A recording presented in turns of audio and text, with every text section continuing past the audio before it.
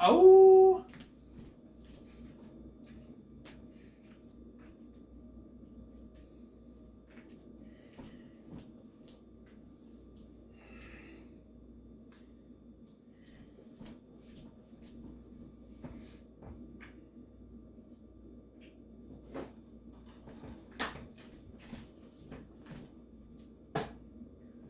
Trust me, it'll make sense once I explain this movie. If I can explain. Welcome to Full Moon Fridays. I'm Scotty. You're not. And, yeah, we're taking a look at the sort of reboot / sequel of From Beyond called the Resonator. The Resonator Miskatonic U, which is apparently supposedly a sequel to the original. However, there are some continuity problems that we're going to talk about that really doesn't make any sense. Okay? So, we follow the character named Crawford Tillinghast, who's supposedly the son of the character from the first film, of the original film. However, his father character is dead, of course, because Crawford Tillinghast died at the end of the first one. He died from the machine. Remember that. Now here, his father died, but he talks about him as if he knew him, which is really weird because Crawford never mentioned any children at the beginning of the first one. Either he didn't know about him, or he's the son of Barbara Crampton's character from the original movie, which wouldn't make any sense because it's 2021. This guy is in college. The actor looks maybe around 25-ish, but he's playing a college student. So he would be like maybe 19, 20. Possibly, right?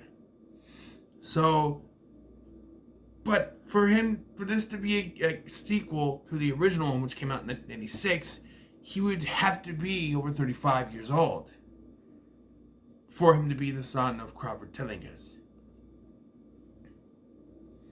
And in the flashes that we see of his father is well into his 50s when we see him in flashbacks and in visions.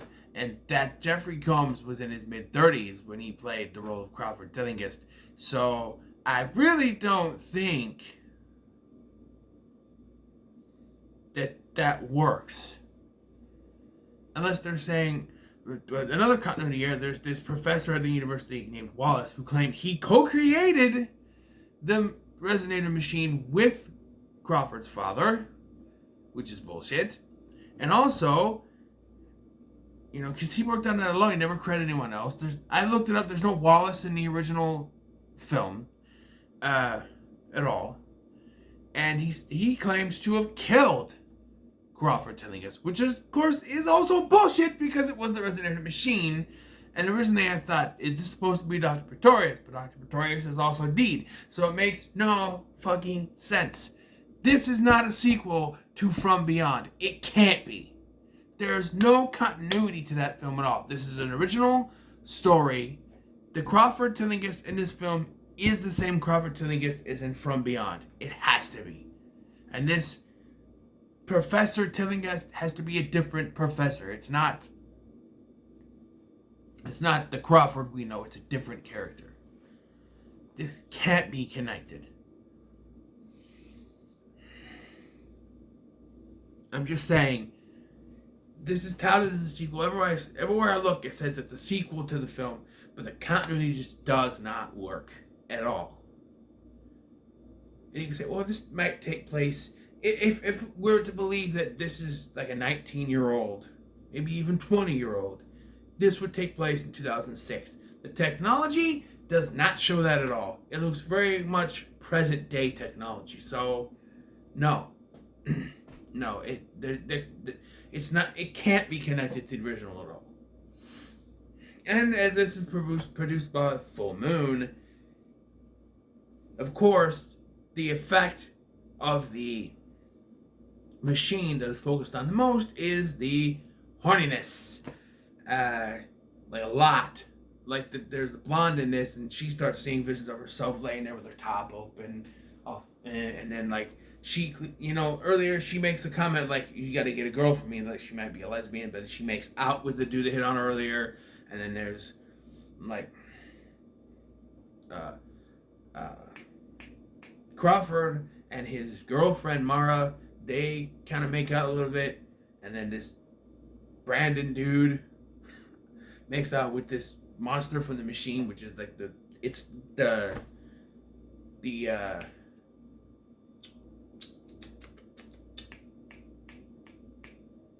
thumbnail I used.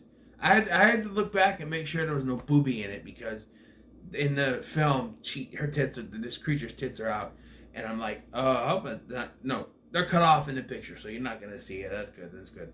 But yeah, it's very weird.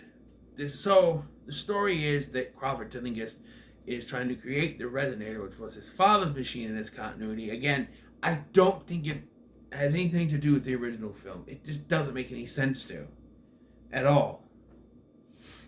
Especially since there's another character in this called Professor McMichaels, which was Barbara Crampton's character in the original film. Here is played by Amanda Wyss, who you may know as Tina from Nightmare on Elm Street. I saved myself from Nightmare on Elm Street, and she was also in Better Off Dead. But yeah, and I'm not gonna go on a tangent with this, but why do people insist on getting plastic surgery on their face? You look worse than you used to. If you look worse than you would have if you just allowed yourself to age normally. It looks terrible. I see all these actors and actresses getting plastic surgery, and for the most part, they look terrible. The lips are all puffy, like, I'm sorry. Stop it. You don't need to do it. I'm just saying. I'm sorry. It's something that bugs me. You have these very beautiful, gorgeous women when they were younger, and you think, oh, they should age pretty well. And then they just get these plastic surgery and make them look like they're freaking Muppets, okay? It sucks. Amanda Wyss has a little plastic surgery. It's not the worst one I've seen. There's been worse. I know off the top of my head, but there's been worse. Anyway, and she bookends this movie. She's at the beginning of this, and then she's at the end. And she has this little pentagram necklace thing, so something's going on. But she's at the beginning of this in a classroom, which is how I know that Crawford is a student. It's the only scene that he's in there, so he has to be a student. And so they start experimenting with the machine, and the effects in this, they're okay. Of course, they're not going to be as good as the effects in the original one. Those are John Carl Buechler, for God's sake. No, there's mostly CGI, some practical stuff. There's a thing with a heart, which is really weird. And then he has to fight him. And, the villain isn't a villain until the end of the film. This movie's only an hour and 3 minutes, and it's the first part of a 3-part saga. It was actually a mini-series put into 2 parts, but they're only a half hour each or something. And then there's another one. There is the Resonator. What's it called? Beyond the Resonator. And then there is a continuation called Curse of Reanimator. Yeah, that's why that's there. And something else happens at the end. So, eventually, Crawford's girlfriend gets stabbed by the monster, and they bring her back to life using the paddles, which is really weird. Then,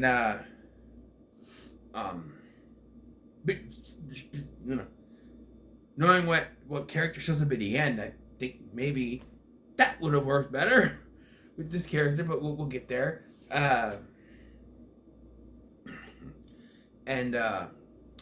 So they try to, they use the machine. The horny stuff happens, which of course, it's this full moon. That's what they're going to focus on the most, not all the other stuff.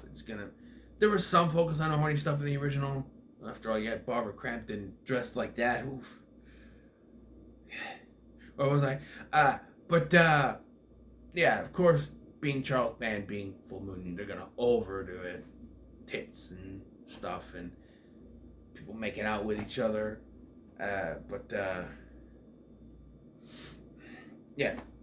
And during this is when Wallace walks in. He goes, "You did it! but they're all distracted, and then they decide they're going to dismantle it. But Wallace shows up, and basically, at the beginning of this, there's a character named Brian. He gets decapitation, and at this point, they're like, "Where's Brian?" Because he found his sweatshirt, and they're like, he's like, "Canada. He's been taken there for stealing drugs or selling drugs across the border." And he goes, "I know that every single one of you has stolen stuff. And so, unless you keep this quiet, I'm gonna call the cops." And so they have to be quiet about it. And then he becomes full villain and tells Crawford, "Hey, you're gonna do this, or I'm gonna kill your friends," or something like that, or something, or you'll all go to jail, something like that. And he's gonna get the machine working. But the others show up, and they destroy the machine. He becomes this weird. It's not as cool as Dr. Pretorius. But Wallace becomes this weird monster with a big head. Reminds me of that guy from Sky High with the big head, Or Datamon from Digimon, big head thing. Or Roger from American Dad. Reminds me of that. Well, they destroy the machine, they get rid of him, and then we cut to the next day, and he's like, talking to his girlfriend. This is the end of the film, by the way. And he's like, "So I want to tell you, I love you." And she's like, "Of course you do, Mr. Tillinghast." And she's wearing a ring, like they're married or something. And Brian is still alive. It repeats from the beginning where what's his face was talking to him about, "Oh, it's Friday, and I gotta cut up a corpse in the morning." And he's like, "What?" And then Brian is standing there with a guy. He's wearing a button-up white shirt. His hair's a little greasy, combed over to the side. He's got glasses, kind of geeky. And if you haven't figured out who this is, he says, "Oh, I want to introduce you to a new student. This is Herbert West." And I went, "Yeah." It wasn't obvious by the way he looks. As soon as I saw him, I'm like, "That's going to be Herbert West, isn't it?" And sure enough, it is. But then they cut to Wallace is still alive. He's standing there smiling evilly. And then the teacher, Professor McMichaels, is standing behind him. And they kind of show that she's wearing that pentagram thing again. So did she reverse time or send him into an alternate timeline? I don't know. I think I have to watch the next part to know what's going on. I think they're all going to have cliffhangers on them. So this one sets up Herbert West. This reminds me of the Josh Kirby things they used to do back in the 90s. There's 6 parts of those. They're in parts. So, it's very interesting where this is going to go. But we shall see. This, though, I thought was pretty good. The effects were okay. Nothing's going to beat Stuart Gordon's masterpiece, in my opinion, of From Beyond. That and Reanimator are 2 of my favorite 80s horror films. Up there with The Thing. John Carpenter's The Thing. So, yeah, that's why that's there. It works. I don't have From Beyond yet. It's coming. It's coming from Spain. But it's coming. So that's going to have to do for now. But yeah, and even though you'll be getting my reviews over 3 different weeks, I am going to try to watch these in succession. I don't know if I'll get all 3 of them done today, but I'm also going to do The Lurking Fear, which supposedly this is also connected to, but if there's not very many connections to